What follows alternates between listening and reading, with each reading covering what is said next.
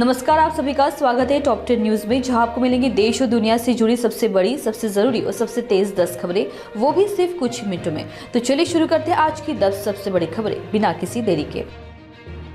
भाजपा के नवनिर्वाचित राष्ट्रीय अध्यक्ष नितिन नवीन ने पदभार संभालते ही अपनी शैली और शब्दों में स्पष्ट बदलाव दिखाया है। 20 जनवरी 2026 को निर्विरोध चुने गए नवीन पार्टी के सबसे युवा अध्यक्ष है, जिन्हें प्रधानमंत्री मोदी ने मिलेनियल बॉस कहा। यह बदलाव युवा नेतृत्व को बढ़ावा देने और संगठन को चुनावी मोड में लाने की भाजपा की नई रणनीति का हिस्सा है, जिससे पार्टी में नई ऊर्जा का संचार हुआ।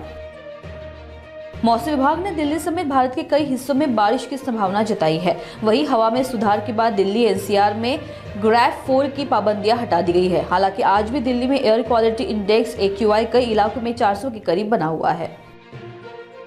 सहारनपुर की कौशिक विहार कॉलोनी में एक ही परिवार के 5 लोगों के शव मिलने से हड़कंप मच गया। आशंका है कि मुखिया अशोक राठी ने मां, पत्नी और 2 बेटों की गोली मारकर हत्या करने के बाद खुदकुशी कर ली। पुलिस और फॉरेंसिक टीम मामले की जांच कर रही है। असम के कोकराझार जिले में संवेदनशील इलाकों में सेना तैनात की गई है। यहां भीड़ हिंसा में 2 लोगों की मौत हो गई, जिसके बाद आगजनी और बोडो और आदिवासियों के बीच झड़पें हुई। यह जानकारी अधिकारियों ने बुधवार को दी। भारतीय मूल की अमेरिकी अंतरिक्ष यात्री सुनीता विलियम्स 27 साल की गौरवशाली सेवा के बाद नासा से रिटायर हो गई। उन्होंने भारत की राष्ट्रीय राजधानी दिल्ली में आयोजित एक कार्यक्रम में युवाओं के साथ संवाद करने के अलावा भारतीय अंतरिक्ष यात्री कल्पना चावला के परिजनों से मुलाकात भी की।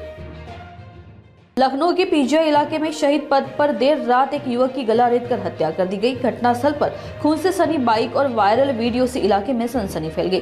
पुलिस ने 2 संदिग्धों को हिरासत में लेकर जांच शुरू कर दी है।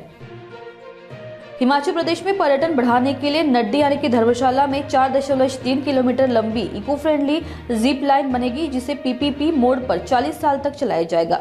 वहीं शिमला तारादेवी रोपवे परियोजना का काम बिना नए टेंडर के एक ही कंपनी को दिया जाएगा। इन परियोजनाओं से राज्य के पर्यटन को बढ़ावा मिलेगा। वैशाली के राघोपुर में शराब तस्करों पर छापेमारी के दौरान पुलिस टीम पर हमला हुआ, जिसमें एक ASI समेत 3 पुलिसकर्मी घायल हो गए। हमलावर 2 शराबियों को पुलिस वाहन से छुड़ा ले गए। आत्मरक्षा में हवाई फायरिंग करनी पड़ी। मामले में 10 नामजद और कई अज्ञात लोगों पर FIR दर्ज की गई है।